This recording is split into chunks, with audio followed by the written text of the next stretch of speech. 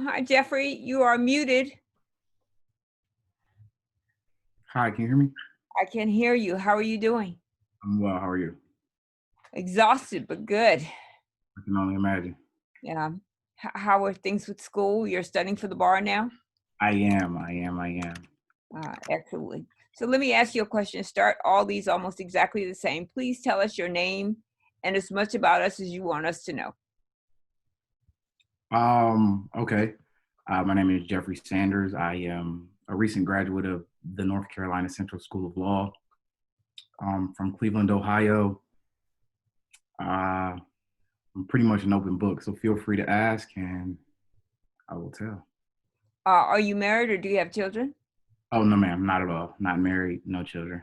You have brothers and sisters? I have several. I have three brothers and three sisters, one of which is older, the rest are younger.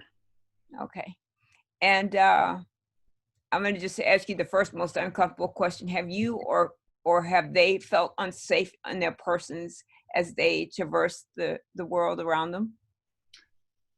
Unsafe, sure, just because of the general unsafeties that we as Black people go through. But as far as my family and my siblings, we are a very confident group of individuals.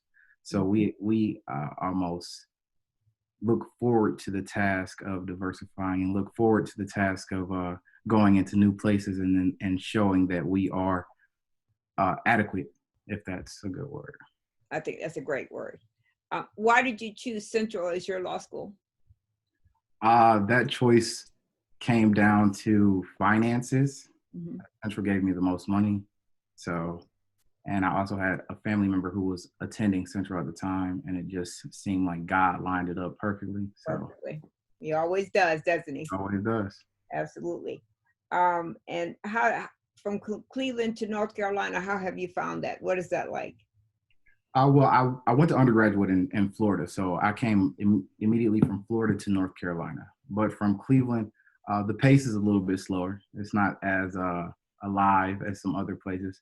However, I do enjoy the feel of community in North Carolina, well, in Durham particularly. I Mm-hmm. haven't really ventured too much into any other parts of North Carolina, so I can't talk on a wide scale. Okay. And you are an Omega Psi Phi man? Yes, I am a member of the Omega Psi Phi fraternity. The Omega Psi Phi. Forgive me. I'm sorry. I left the D off. I'm so sorry. Can you tell me a little bit about what that is and whether they've been supportive of helping you as you've gone through school and just being in this area? Can you tell me what that relationship is like? Absolutely. My dad is also a member of Omega Psi Phi. He went to Morehouse, and that is where he was initiated. So I've been affiliated or known what it was since birth. Mm-hmm. When I got to school, it was kind of when I got to undergrad, it was kind of one of the first things that I pursued. And they have just been friends. They have been supportive. They have helped led me along this journey. It's almost just seeing Black men doing great things inspires you to want to also do great things. So it's almost like, I know you're not supposed to want to keep up with the Joneses, but seeing older chapter members and older people going to law school, going to medical school, going to dental school, practicing in various fields makes you not only believe that you can do it, but makes you want to do it. So I owe a lot to my fraternity. Excellent. What is it like to be a Black man in this day and age? That's a complex question. As it relates to what? Every aspect of being a Black man in America, in the world, school, family, education, you pick whatever one you want or all of them or whatever, but just in general. Well, for myself, I've always been in Black spaces, so to say. I came from a Black community growing up, went to a Black high school, went to two Black colleges. I'm proud alumni, two HBCUs. So I've always felt welcome in the places I've been. But when I do venture out into the real world, so to say, um, it's definitely different. Mm-hmm. It's different because the things that we learn, for example, how we talk, how we dress, how we speak, is not necessarily acceptable in the general population. Mm-hmm. So code switching, so they call it, is something that we all learn very young. We learn how to kind of change ourselves in order to be accepted in whatever field we may go into. I apologize, I'm getting alerts. It's quite all right. So it's interesting. It's interesting to see how relations, especially in the time we live in now, with police relations, are very different. Our relations when I go to various interviews, they're different. At internships, they were different. It's almost as if one culture is widely accepted, and in order to be accepted, or in order to not seem like a threat, we have to abide by those rules and regulations, and it becomes difficult regularly. But in order to succeed, it's almost as if we have to do these things. Absolutely. So, Thank you. That was a great answer. Have you ever felt discrimination or racism in any aspect of your life? all the time. I played baseball, so the majority of the baseball players or places we went were majority white. I was oftentimes one of few black people on the baseball team. This was high school and college. You know, when I got to college, there were more Dominicans or people of Latin descent who were on teams, but the majority was still white, and I was still one of few black players. So there was always some inkling of racism, if not just jokes, or if not just, oh, how do you do this, or just not understanding, because people tend to not understand when they are doing things that could be offensive. So I've been followed around stores. I've been I've been pulled over for driving while black. I mean, there's been quite a few times when I just felt like less than, and it's almost so much so that it becomes normal. Yeah. It almost becomes it's You not. get used to it. You get I'm used not to it. surprised. I'm not surprised, Right.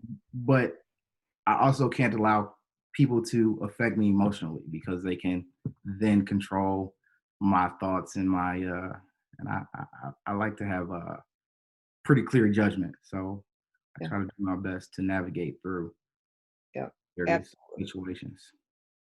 What do you plan to do with your law degree? Well, right now I'm debating between two offers, one in Georgia and one in Colorado. Ultimately, like many people, I want my own law firm at some point. Mhm. Um, and I'm not sure.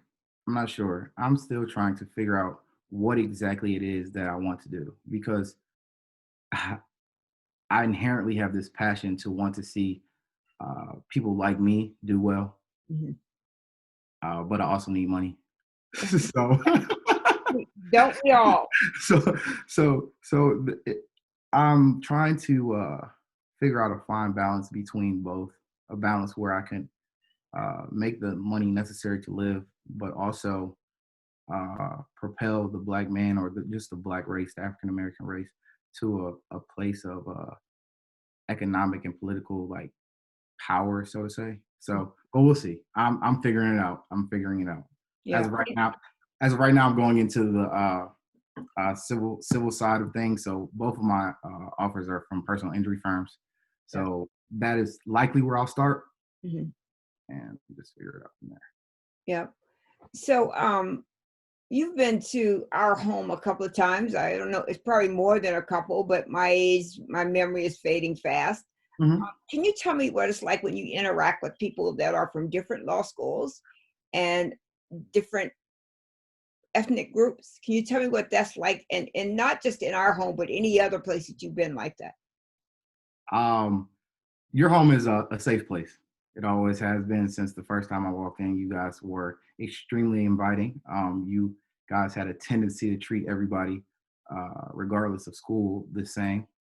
I Mhm. was also able to make quite a few friends at Duke Law, some of which invited me to various things that Duke Law was hosting, and I greatly appreciated it. It was like, oh well, I'm accepted.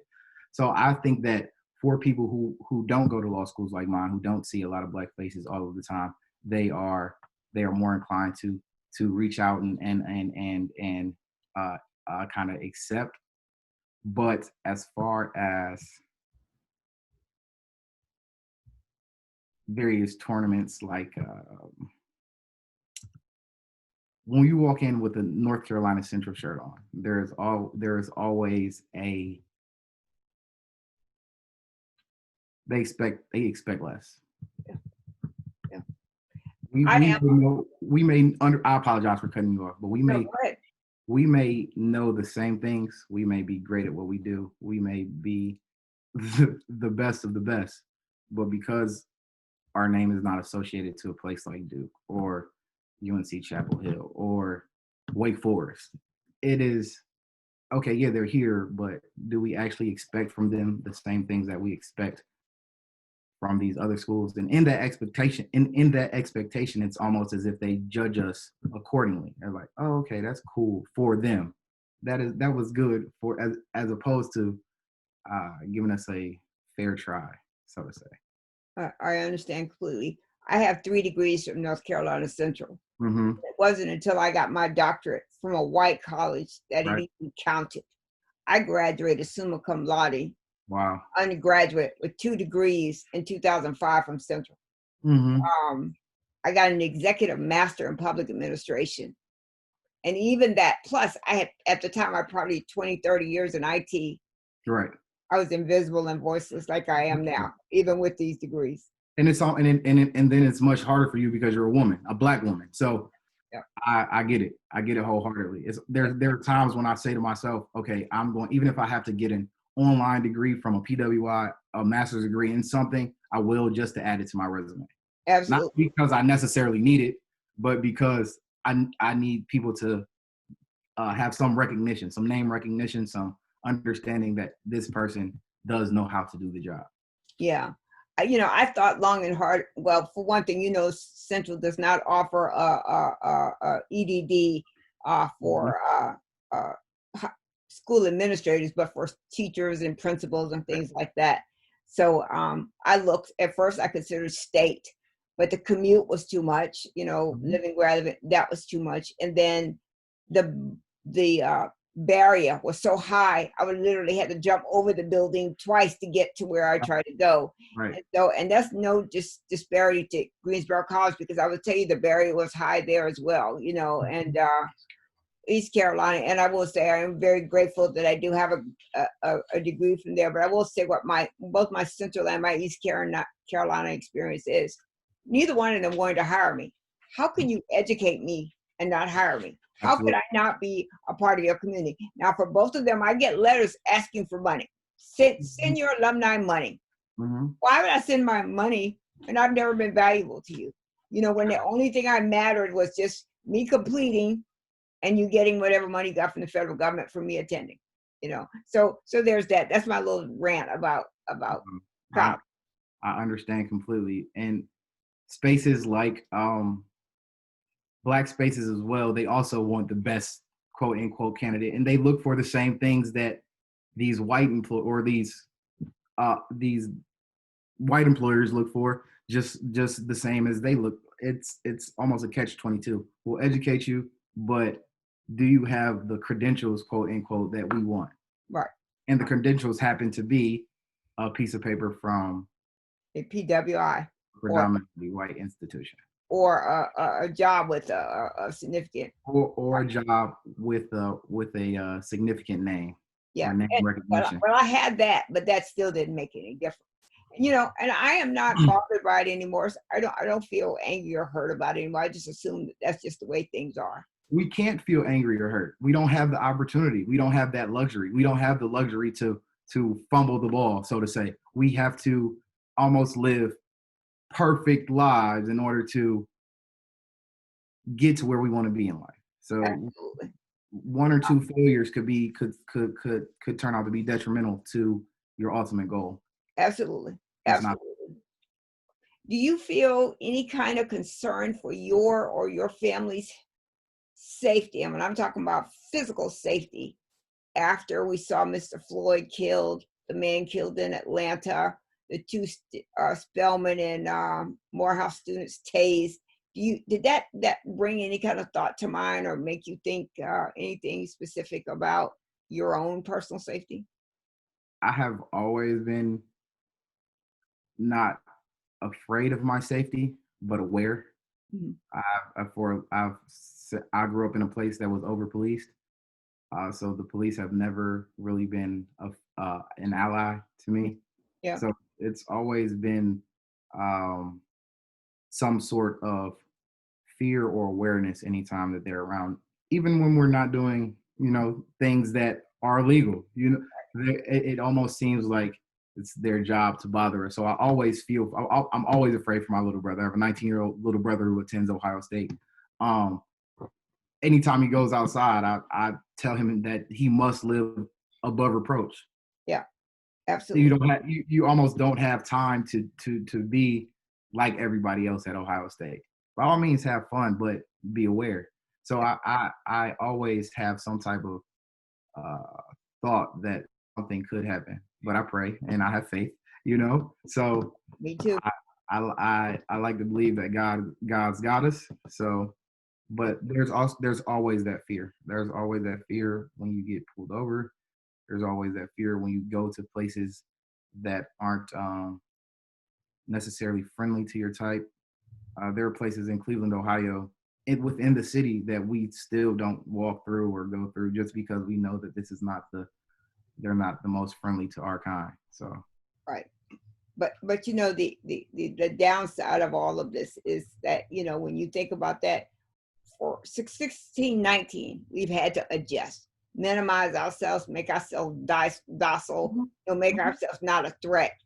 Whereas when white people are aggressive, or microaggressions and all these other new terms that are being thrown at me, I find myself perplexed by that. Why do I have to comply and bow down because you're white and I'm not? You know, Especially when America was built on revolution and slavery. yeah, 100%, Right. 100%. Our morals are essentially to allow us to live quote unquote free. But Yeah. that's not for everybody. Yeah. When I watched Mr. Floyd there on the ground, I would bet you Mr. Floyd had the same thing in him. He had faith. He knew God had us getting Mhm. through, but even that wasn't enough. Mhm. Maybe God thought it was necessary for him to die to bring us to this moment where we have protests and where we have people more talking about this. Maybe that was the, the purpose. I don't know, but there was a loss of life. 100%. Someone who thought that they were not, plus he knew this man, so it's not like this was some stranger or some police the police felt was going to harm them, because he's got handcuffs on. He's face down on the ground. Why kill him? Why kill Because him? he's simply unhuman, and then Because he's disposable. right, expendable. Exactly, exactly, exactly, exactly. And when I saw the thing with the two college students at Morehouse, I was horrified, Hmm. because my son goes to school 48 miles from his home, and thank God he's going to go to school at home this fall. Right. 48 miles each way. Hmm. And he's always going out all times of night to go get something to eat, because he's always hungry. I think he's just a Right. giant eating machine, but he's always hungry. Uh, Hmm. and my fear is exponentially high at night. So at night. So maybe in the day he might get by because he's fair skinned. Right. He's got light color eyes. So maybe he's not a threat during the day. But at night, you can't make that distinction. You can't see what he looks like. And it could happen to him. So, I appreciate what you said, but I still think that we all have hope. We all have faith. We all believe in God. Well, I should say we all, but most people have hope Hmm. in God and that. But even then, the cards are still stacked against you, The because cards God are gave us, 100% stacked against us. right, because God gave you free will. So that means anything can and may happen to you. Um, so let me ask you this question. So we've had so many of these, in recent Right. years. This is not new. This is not something new. At And all. no sooner than Mr. Floyd is dead, 2 or 3 weeks later, another black man is dead. Do you Hmm. see real change? Do I see real change coming? Yes. Um, I know that since this has happened, we've had more cops prosecuted, or not prosecuted, but more cops arrested and things of that nature. Do I think that it will continue? I don't know. Yeah. I don't know if with the bus boycotts and various protests and things of that nature. Selma. there was a plan in place before not rioting, but before the protest started. Right. There was an end goal in mind. Right. With this, it almost seems reverse. There's the protest, there's this unrest, this uneasiness, and there's not necessarily what do we want? What exactly do we want to happen? What exactly do we want to see? With the bus boycotts, they wanted freedom to sit where they wanted to sit on the bus. Yeah. We don't necessarily have a goal. We just want to stop being killed by police officers. Right. And I understand that, but how does that happen? And I don't believe if we don't have a plan in place, we may get some notice and some attention from America, from the government, from people in power for a brief period of time. But if nothing happens during this split window, I don't know if real change will happen. Yeah. I mean, I would love it to happen.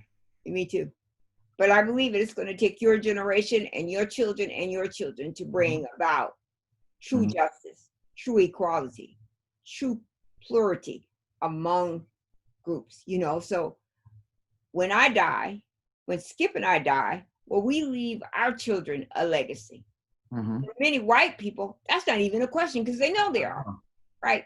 So, you bring up reparations, and everybody gets their hair all up in a bunch. Really? We gave the Holocaust, America gave Holocaust victims money when the Holocaust did not happen in America. We constantly find ways to pay non-Black people for various things. So now we're finally looking at Black lives as something. I don't know what. I don't know if they matter yet, but we are looking at them. I don't know if they matter yet either. Yeah, but we're looking at them. The first start should be reparations, I'm sorry, and then number 3, equality. It's very hard to have a conversation with a white person and ask you what you think they should do. Because our first thing is say, write a check to me right now. That's the first thing I think. Well, of course, that's unreasonable. Absolutely. Fix what you've done. The reason why we are economically disadvantaged is because we had no platform in which to stand. You get off the boat, you become property 3/5 of a person, and then you have Reconstruction, Jim Crow, and whatever else you got, the Klan, the white supremacy. Tell me how I'm going to achieve wealth. Tell me how. I had a good foot up. It's often said that people should pull themselves up from their bootstraps. Yep. Martin Luther King said once, "How do you pull yourself up from your bootstraps if you don't have any boots?" So that's not a direct quote or anything, but the concept makes sense. It's almost as if we don't have a foundation to stand on. Yeah, absolutely, absolutely right. And there is 100% a debt owed to Black people. Absolutely. We build this land that we live on. Right. From inventions to the streets of Washington, D.C., to various literature pieces. It's America is just as much ours as it is anybody else's. We have just as much claim to it as any, and there is a debt owed. How they plan on paying this debt, or if they plan on paying this debt, who knows? But in the same sense, people in power don't ever want to give up power. Amen.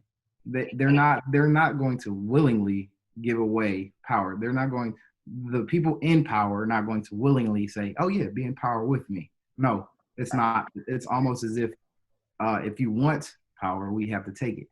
But I like to believe inherently in Black people just aren't those people. We aren't a hostile group of people. It's just not how we regardless of how the media portrays us or how we are a loving group of people. And for us to take something, it goes against who we are. Yeah. So I that's why it's hard for me to see change happening, because people in power, they're good. Yeah. They're happy. They're safe. They don't worry about these things. Right. They have the ability to live worry-free. They know how to live worry-free. I don't know how to live worry-free. There's always something I have to think about. Me too. Same here. Same here. 100% of the time. Yep. And you know, one of the reasons people have been asking me, why are you doing these? Because like we've got the rich people, black, brown, blue, and green. They're Mhm. already on CNN or wherever talking about it. It's those of us that's down here in the trenches that don't have a voice. So I Mhm. created this channel. So anybody has something to say, come say it. Whether Mhm. you say for, against, with, about, come say it. So I'll leave with this. When I'm done, I'm going to send you a copy of the recording. You may not get it till in the morning because I'm absolutely exhausted and I've got 2 or 3 Right. more days left today. But I'll send you a copy of it. You can upload it. You can agree that I can upload it, or if we need to do something, we can certainly do it from there. But you have exactly 5 minutes, all yours. Say whatever you wish to say. Oh wow, you kind of put me on the spot here. Um, what do I wish to say? I wish to say, read. Black people, they often say that if you want to hide something from black people, put it in a book. Uh, from historical context to learning about the quote unquote black dollar and the power of the black dollar and what it can and can't do, and how I don't know. It's just reading is fundamental. Reading Amen. helps us formulate opinions. Yeah. And within the Black community, we have to do a far better job of treating Black women with the same respect that we treat Black men, and supporting them on a scale that they support us. Because Amen. and understanding that Black women have propelled us to a place where we are, Yeah. and understanding that without them we cannot really achieve anything. So we need to do our best to protect them from everything. And I don't have much else to say. Um, That was beautiful. That was absolutely beautiful. And if every black man understood that, even black men who can no longer stay with the woman they made a child with, Absolutely. that you still need to support that black woman and you Support need just to support in, that child. in supporting Black women, it comes along with respect. We just need to have not only respect for Black women, but respect for ourselves. We devalue ourselves, and therefore we devalue Black women as well. And the world already devalues us. And if we don't value ourselves, nobody will. If we Amen. don't, and it's almost as if we are brainwashed to think that we are inferior, and we're not. We are. In any way, shape, or form. We have the thought capacity, we have the compassion, we have the understanding. We can be who we want to be if we can just value ourselves. Absolutely. And I think you're a great example I try to be. of what's to come. I I think try it's to be. a beautiful thing. And although we may not be having any social gathering anytime, Mhm. specifically before you leave to go to your job, always know you're always welcome here. Well, I appreciate that. You guys have been a family away from home, so I have appreciated that since the day I came here. I think I met Skip the first or second day I was in Durham, and from that point forward, you guys have been like family. So I just say thank you. I appreciate you for having me on this. I wish I had something better to say, but so goes life. I'm sure you'll put it together very well to spread the message that you're trying to spread, and I appreciate that because we need more people like that. Absolutely. And you share this with others. Subscribe to the channel. Okay. Encourage others to email me to chat. Okay. Could you email me the YouTube channel. Yes, please. I will do that. I will do that to you very, very shortly. Okay. Thank you. I greatly appreciate it. And you guys have a great rest of the day. Tell Skip I said hi, and everybody else too.